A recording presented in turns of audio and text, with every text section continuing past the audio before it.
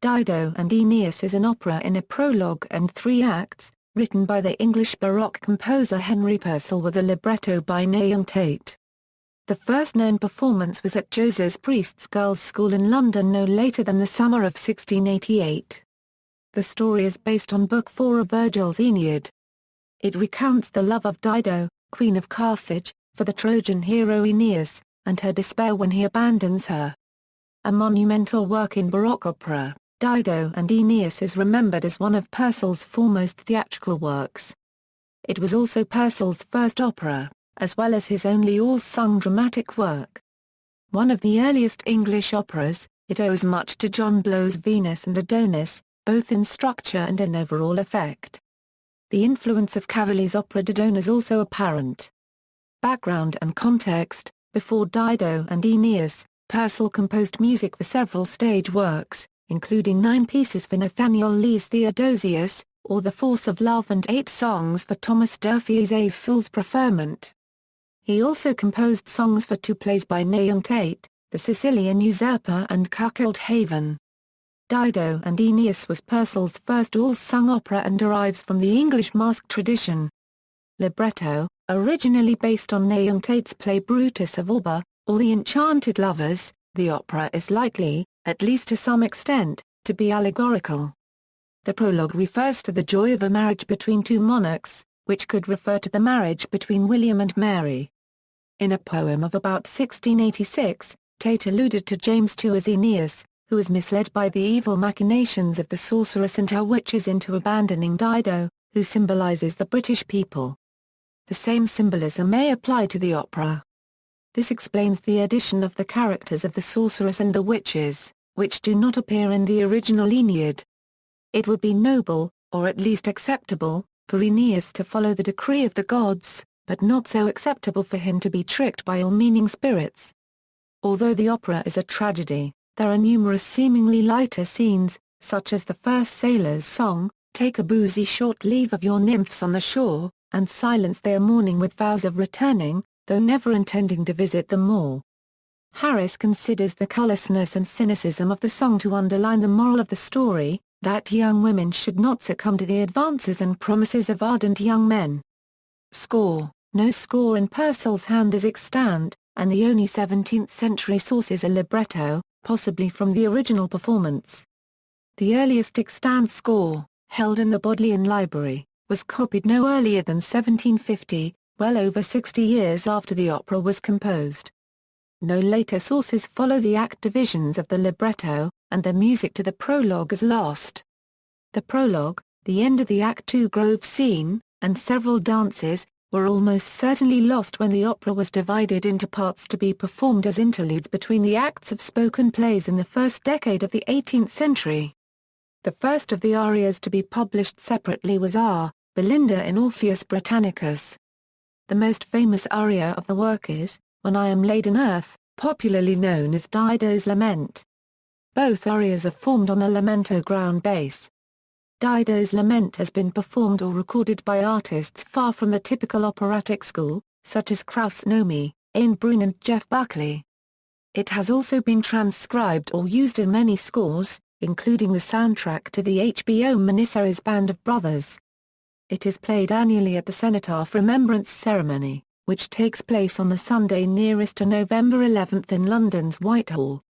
The music is thought by some to be too simple for Purcell in 1689, but this may simply reflect that the intended performers were school children. The work is scored for 4-part strings and continuo. The fact that the libretto from the Chelsea School performance indicates 2 dances for guitar, the dance Jitters Cacophony in Act 1, and the Jitter Grounder dance in the Grove scene of Act 2, has led one scholar to suggest that Purcell envisioned a guitar as a primary member of the continuo group for the opera.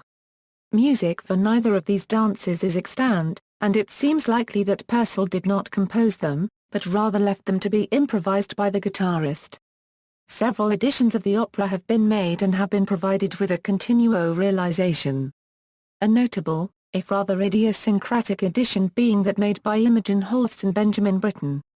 There are a number of editions with realizations, and the opera's accessibility to amateur performers is a feature that has greatly abetted the growth of its popularity in the latter half of the 20th century.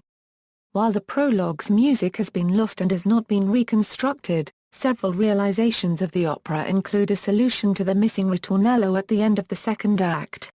Known to have been part of the score, it is now performed as a dance taken from other, similar works by Purcell, or invented outright in the same vein, to keep the integrity and continuity of the performance.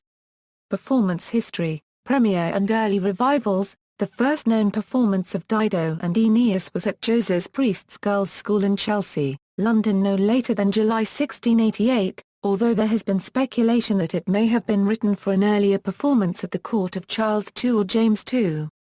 Following the Chelsea performances, the opera was not staged again in Purcell's lifetime. Its next performance was in 1700 as a masque incorporated into an adapted version of Shakespeare's Measure for Measure at Thomas Betterton's Theatre in London. After 1705 it disappeared as a staged work, with only sporadic concert performances, until 1895 when the first staged version in modern times was performed by students of the Royal College of Music at London's Lyceum Theatre to mark the bicentenary of Purcell's death. Dido and Aeneas received its first performance outside England on December 14, 1895 in a concert version at the University Society in Dublin.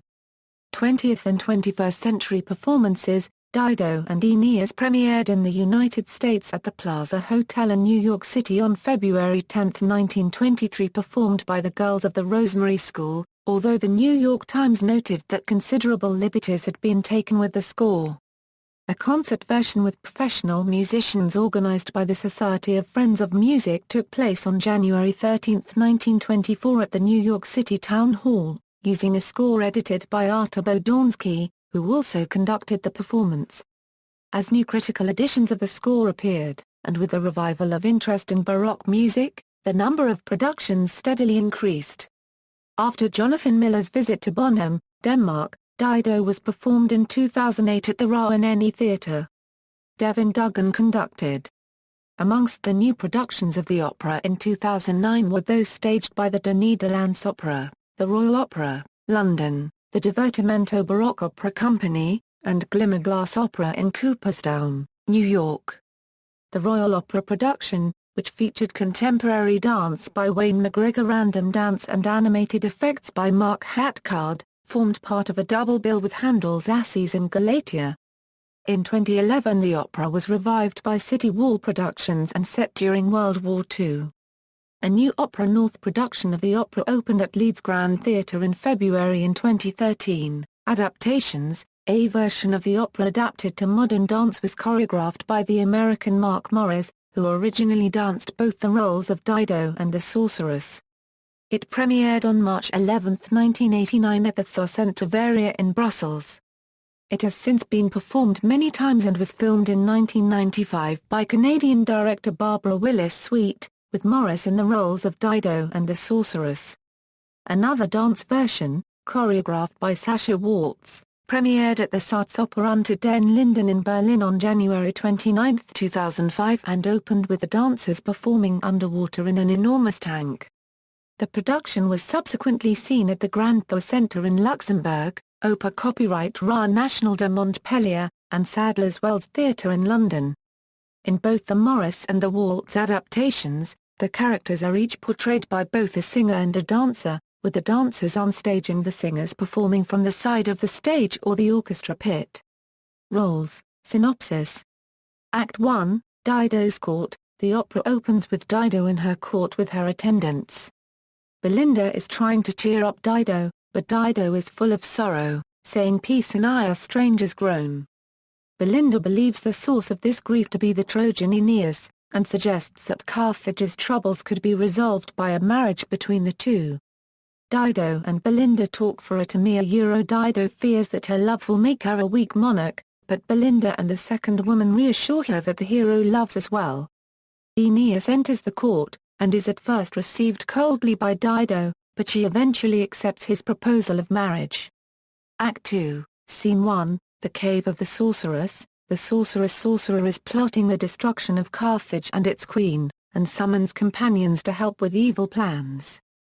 The plan is to send her trusted elf disguised as Mercury, someone to whom Aeneas will surely listen, to tempt him to leave Dido and sail to Italy. This would leave Dido heartbroken, and she would surely die. The chorus join in with terrible laughter, and the enchantresses decide to conjure up a storm to make Dido and her train leave the grove and return to the palace. When the spell is prepared, the witches vanish in a thunderclap. Scene 2, a grove. During the middle of a hunt, Dido and Aeneas are accompanied by their train. They stop at the grove to take in its beauty. A lot of action is going on, with attendants carrying goods from the hunt and a picnic possibly taking place, and Dido and Aeneas are together within the activity.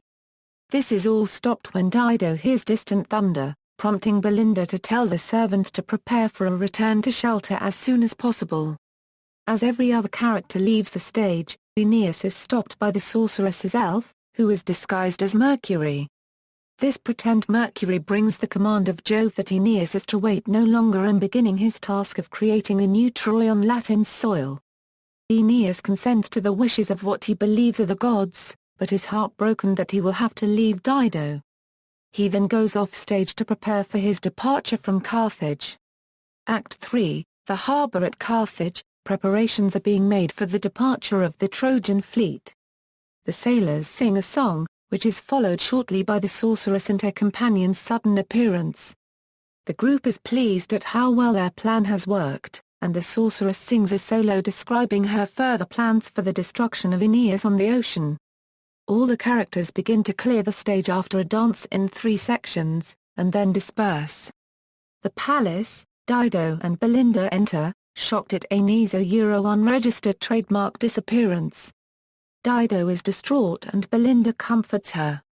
Suddenly Aeneas returns, but Dido is full of fear before Aeneas speaks, and his words only serve to confirm her suspicions. She derides his reasons for leaving, and even when Aeneas says he will defy the gods and not leave Carthage, Dido rejects him for having once thought of leaving her. After Dido forces Aeneas to leave, she states that death must come when he is gone. The opera and Dido's life both slowly come to a conclusion, as the Queen of Carthage sings her last aria, When I Am Laid in Earth, also known as Dido's Lament. The chorus and orchestra then conclude the opera once Dido is dead by ordering the Cupids to scatter roses on her tomb, soft and gentle as her heart. Keep here your watch, and never never never part. Recordings. The first complete recording of the opera was made by Decca Records in 1935 with Nancy Evans as Dido and Roy Henderson as Aeneas, followed in 1945 by HMV's release with Joan Hammond and Dennis Noble. Kirsten Flagstad, who had sung the role at the Mermaid Theatre in London, recorded it in 1951 for Emmy with Thomas Hemsley as Aeneas. Dido and Aeneas has been recorded many times since the 1960s, with Dido sung by mezzo-sopranos such as Janet Baker, Victoria de Los Angeles, Tatiana Troyanos, Teresa Berganza, Anne-Sophie von Notter and Susan Graham. In addition to Joan Hammond and Kirsten Flagstad, sopranos who have recorded the role include Emma Kirkby, Jessie Norman, Catherine Bott, Emily Van Evera, Lynn Dawson and Evelyn Tubb. Beginning with Andrew Parrott's 1981 recording for Chandos with the Taverner Consort and Players, there was an increasing preference for a more genuine period sound. Further recordings by conductors and ensembles using this approach include those by Christopher Hogwood and the Academy of Ancient Music, William Christie and Les Arts Florissants. Trevor Pinnock and the English Concert. Rena Copyright Jacobs and the Orchestra of the Age of Enlightenment. Emmanuel Hoem and Le Concert d'Astra Copyright E. and Predrag Gosta and New Trinity Baroque. The Hoem recording with Susan Graham as Dido and Ian Bostridge as Aeneas was nominated for the Best Opera Recording in the 2005 Grammy Awards. Several performances of the opera have been filmed and are available on DVD, most recently the 2008 performance at the Opera Copyright Comique in Paris conducted by William Christie and directed by Deborah Warner, and the 2009 performance at London's Royal Opera House conducted by Christopher Hogwood and directed by Wayne McGregor.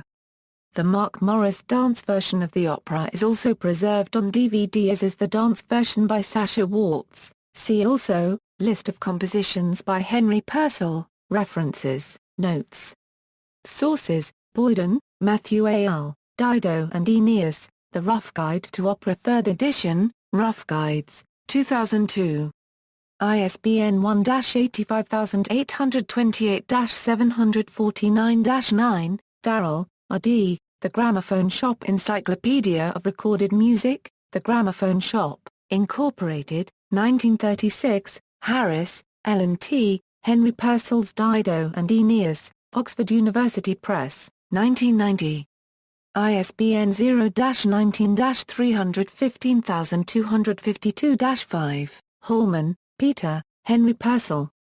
Holst, Imogen, Purcell's librettist, Nahum Tate Henry Purcell 1659–1695 Essays on his music, Imogen Holst, Oxford University Press, 1959, ppA 35–41, Geordie, Catherine, Flamboyante Trigger Copyright Diorcomique, Forum Oper Copyright Ra, December 9, 2009, Keats, Jonathan, Purcell, A Biography, Northeastern University Press, 1996.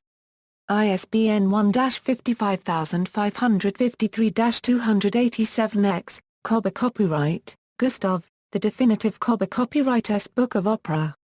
The Earl of Harewood, First American ed., G. P. Putnams and Sons, 1987, ppA 1010–1014. Mark Morris Dance Group, Work Details, Dido and Aeneas, Price, Curtis, Dido and Aeneas, Grove Music Online, ed. L. Macy, grovermusic.com, Price, Curtis, Henry Purcell and the London Stage, Cambridge University Press, 1984.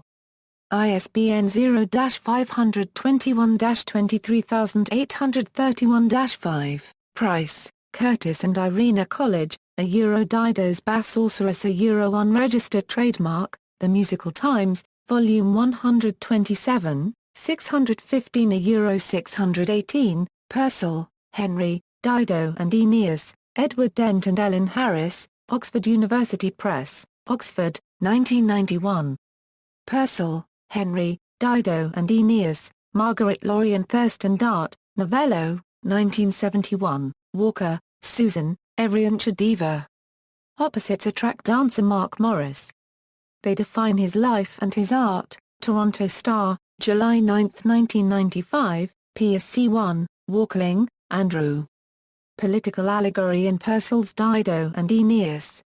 Music and Letters 76, 540 A 571 doi, 10.109376.4.540 White, Brian, Letter from Aleppo, dating the Chelsea School performance of Dido and Aeneas, Early Music 37, 417 A 428, White, Eric Walter, New Light on Dido and Aeneas Henry Purcell 1659 A 1695 Essays on his music, Imogen Holst, Oxford University Press, 1959, pages 14 A 34, Wood, Bruce and Andrew. Pinnock, and Scared by Turning Times. The Dating of Purcell's Dido and Aeneas, Early Music 20, 372 A 90, external links, analysis in French, libretto at Stanford University, free excerpts from a recording by the New Trinity Baroque Orchestra, Internet Movie Database listing. Free scores by Dido and Aeneas in the Choral Public Domain Library, BBC Radio 4 program about Dido's Lament, Dido and Aeneas, free scores at the International Music Score Library Project, the Purcell Society.